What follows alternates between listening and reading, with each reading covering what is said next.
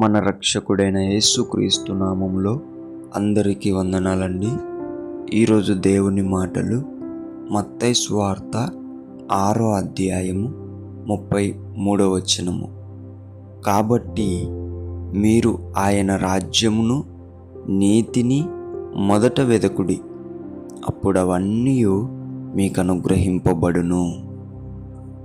ప్రియమైన దేవుని బిడ్డలారా, లోకస్తులందరూ కూడా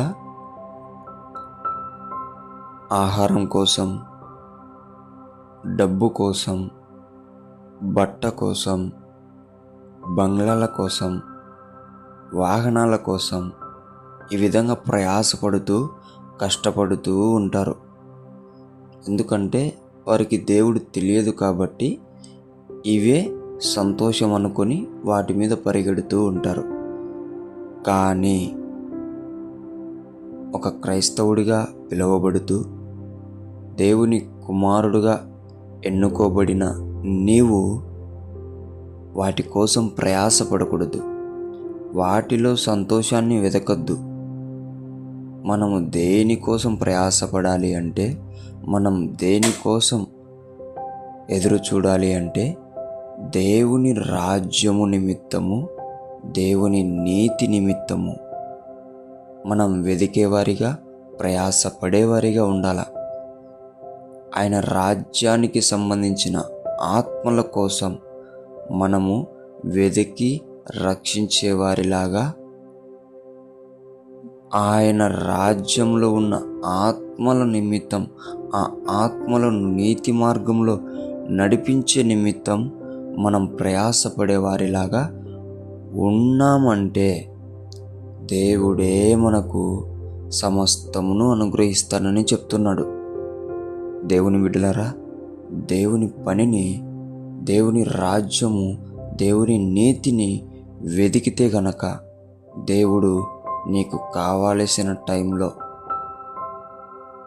నీకు ఆరోగ్యమును, నీకు సంపదను, నీకు బట్టను, నీకు ఆహారమును వాళ్ళన్న ప్రయాసపడితే వస్తుందేమో. నీవు ప్రయాసపడాల్సిన అవసరం లేకుండానే నీకు అవన్నీ అనుగ్రహిస్తాడు. ఎందుకంటే నీవు సరి అయినది ఎన్నుకున్నావు కాబట్టి, దేవుని రాజ్యం కొరకు వెదకడం నేర్చుకున్నావు కాబట్టి, దేవుని నీతిని వెదకడం నేర్చుకున్నావు కాబట్టి, లోకంలో మనసుకు కావాల్సిన అన్నీ కూడా దేవుడు నీకు నీ వెంట పరిగెత్తేటట్టు చేస్తాడు. దేవుని బిడ్డలారా, వాటి వెంట నీవు పరిగెత్తకూడదు. నీవు దేవుని రాజ్యం వెంట పరిగెడితే, దేవుని నీతి వెంట పరిగెడితే, అప్పుడు అవన్నీ నీ వెంట పరిగెత్తేలా దేవుడే చేయునుగాక. ఆమెన్. ప్రార్థించుకుందాం. యేసయ్యా, నీకు వందనాలు ప్రభువా.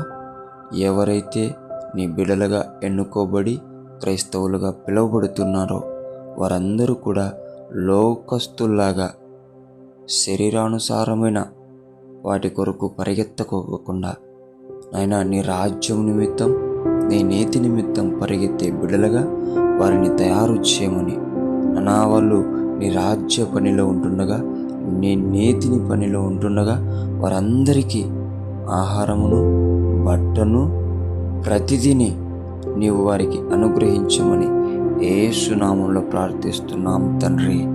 ఆమెన్.